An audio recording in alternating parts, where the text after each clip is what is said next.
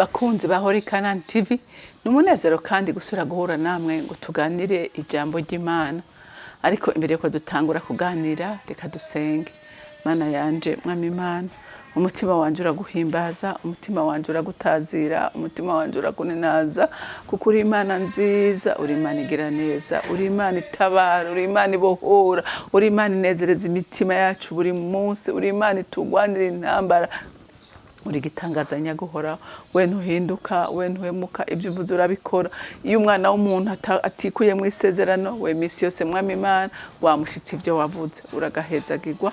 Izina ryawe ni rukundo, izina ryawe ni nteturuye, ukomeze rero gushimwa na bose, mu izina ryawe ryera senze nizeye kubyumvise. Amen, amen. Ijambo rero Imana impaye kuganira namwe ni ijambo rivuga ngo twirinde icyaha, kuko arico kitubuza gushika mu mugisha wacu. Haleluya. Twirinde icyaha. Bantu Imana, icyaha ni kibi. Icyaha gituma twikwegera umuvumo, icyaha gituma duteba gushika mu mugisha yacu. Rero nukuri twirinde, dusaba Imana iduha inkomezi zo kwirinde ikintu cyitwa icyaha. Reka dusome ijambo ry'Imana mu Itanguriro igice cya 49, dusome kuva ku murongo wa mbere dushikane ku murongo wa 4. Yakobo ahamagaza abana biwe arababarira ati, nimukoranire hamwe ndabamenyeshe ibizobabako mu minsi izoza. Nimukorane mutege amatwi bane banje, munyumve ndiso Isirayeli. Reuben uri imfura yanje, inkomezi zanje, n'imbuto yanje ya mbere yo mu gihe cy'inkomezi zanje. Wari akarenzo mu cubahiro, wari akarenzo mu bubasha. Nk'uko amazi asuriranye niko nawe umeze, nuko ntukibaye uhambaye kuruta abandi, kuko wasambanije umugore wanje ugahumanya uburiri bwanje, mbere wuriye uja mu buryamo bwanje. Amen. Iri jambo nararisomye numva rinteye ubwoba kandi rintera n'agahinda, rintera n'umubabaro.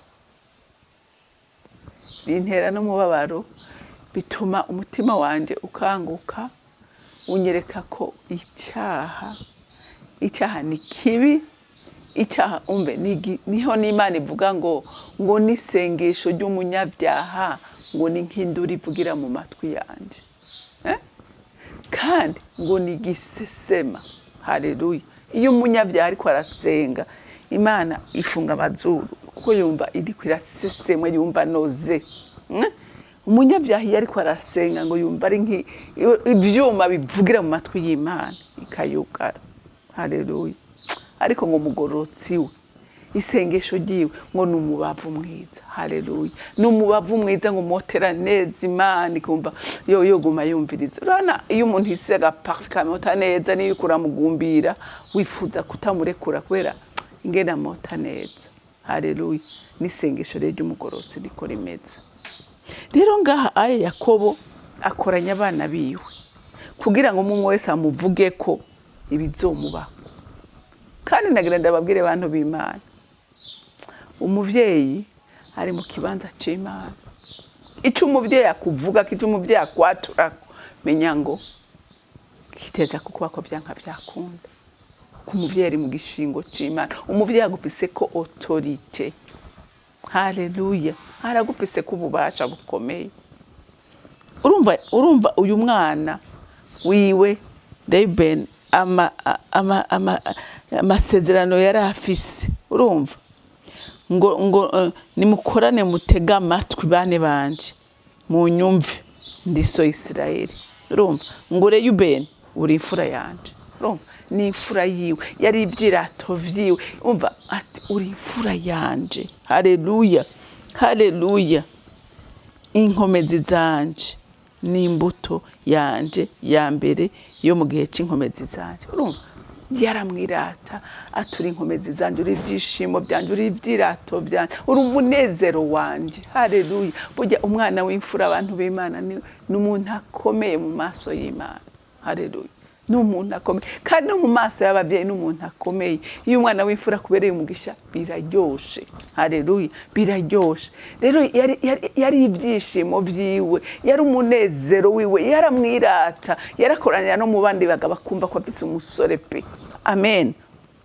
Urumva ati ni inkomezi zanje ngo warakarenzo mu cubahiro. Urumva yari umuntu w'umunyacubahiro, yari yubashwe. Haleluya. Yari umuhungu adasanzwe, yari umuhungu w'umutima. Amen. Urumva hari igihe ugira umwana ukumva n'ibyizigiro vyawe, ukumva wamushizemo confiance yose. Na Yakobo Reuben yari umwana w'igitangaza. Haleluya. Mu maso yari umwana w'igitangaza, yarumva ati iyi ni fierté yanje. Haleluya. Haleluya. Ngo harakarenzo mu bubasha. Yari umunyabwenge, yari umunyenkomezi, yahagurutse mu gikorwa, yahaguruka nk'intare. Urumva yari ibyishimo vyase. Haleluya. Haleluya. Ngo nkuko amazi asuriranya ngo niko nawe umeze. Urumva yamazi asuriranije aza afise force, nta kintu nakimwe ndahitana, ahitana ibita, ahitana amabuye, ahitana murabona isuri y'uruzi guzuye, imvura yaguye ari nyinshi kona biza bihitana ikintu cyose, n'inzu amazi arashaka kuyibomora. Na Reuben rero niko yarameze, yari intare, yari umuhungu akomeye, yari umuhungu w'icubahiro, yari ibyishimo byase, yari inkomezi zase. Urumva niwe yishimikiza akavuga ati ndafise umuhungu. Haleluya. Haleluya. Ngo nkuko amazi asuriranije niko nawe umeze, ngo nuko ngo ntukibaye uhambaye. Mwavyumvise? Bya byirato vyose, za nkomezi zose, cyacubahiro cyose. Murumva ijambo aherukiyeko ngo ntikibaye uhambaye ngo kuruta abandi, ngo kuko wasambanije umugore wanjye. Urumva yuriye uburiri bwase, yuriye uburiri bwase, arihumanya, yikura yikura kwicubahiro, yikura ko umugisha wose, yikura ko bya bindi byose byatuma yemerwa, aravyikura ko kubera icaho. Haleluya. Ngo ugahumanya uburiri bwanje, mbere uriye uja mu buryamo bwanje. Mwabyumvise? Rero bantu b'Imana, icyaha nico kintu cyanyuma nabonye kidimina umuntu w'umunyacubahiro akaba ubusa. Umuntu yahora umuntu yari afise icubahiro kubera icyaha agati kubusa, akabura ijambo, akabura haca, akabura isakwigwamo kubera icyaha. Kubera icyaha. Murabe icubahiro Reuben yari afise, murabe icubahiro yari afise, ariko kubera ikosa rimwe rifuta bya bindi vyose, imbere y'Imana n'imbere y'abantu akika ubusa.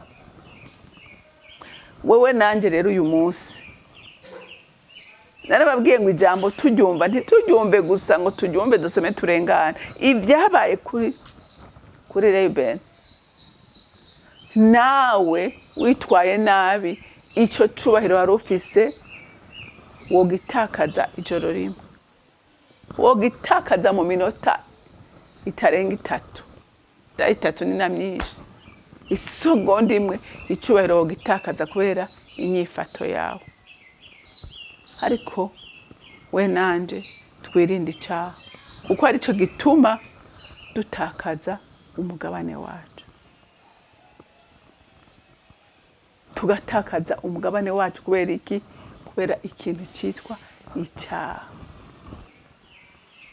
Samusoni yari umunyenkomezi, Samusoni yari umunaziri w'Imana, yubashwe.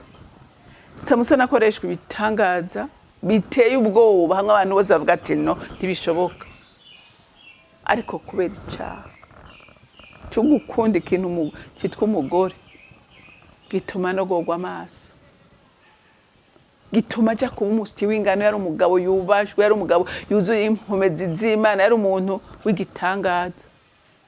Kubera gukunda abagore akamenya ibanga bituma atakaza. Bantu b'Imana, twirinde twirinde gutaka, twirinde twige kunyugwa. Haleluya, twige kunyugwa, twige kunyugwa. Samson aratakaza, ubu nazibwiwe arabutakaza, akibaza ngo hinge ndababwire abantu b'Imana, nukuri Imana hari aho itureka ikatureka, umuntu akagira akamenyero ko kwigumira mu byaha, yibaza ngo Imana ntimubona.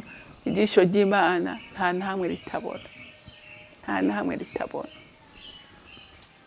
Kandi hari igihe Imana iguharuruka, ikakuharuruka, ikakureka. Rero ijambo ry'Imana rigufasha nanjye rimfashe. Twirinde twisabire inkomezi, n'ibikugora n'ibikunaniza Imana irabizi kandi yiteguye kuguha inkomezi zikubinesha. Haleluya, yiteguye kuguha inkomezi wewe nanje zukunesha ibitugerageza, kuko Imana yoyo yifuza kudushikana mu migisha yacu. Haleluya, Satani niwaguma dutereza izo ntege nke, ariko Imana yiteguye kukugirira neza wewe nanje. Imana yo mwijuru ibampera umugisha, Imana y'urukundo n'ubuntu, uri gitangaza nyaguhoraho. Iri jambo ryawe riduhaye kugira ngo tubere ikirero twirabiramo. Ndasenze rero ngo umuntu wese Mwami Imana yagendera mu byaha, yabigize akamenyero, amenye ko hari umunsi umwe uharuruka umuntu byose bikagaragara, ukamukura kwa maboko. Samsoni yagiye akora ibyaha imbere ya Delila, ariko yavuga ngo Abafilisitiya baraje, akitera hejuru akasanga imbaraga ziracahari, ariko igitondo kimwe akomeje gukinisha icaha, yitereye hejuru asanga imbaraga zose zamuvuyemo, Abafilisitiya bamunogora amaso. Mana udufashe guhagarara neza, twirinde ikibi cyose n'igisa naco. Urakoze, icyubahiro cyose kibi cawe, mu izina ryawe ryera senze nizeye kuvyumvise. Amen, amen. Mwarahezagiwe, mugire umunsi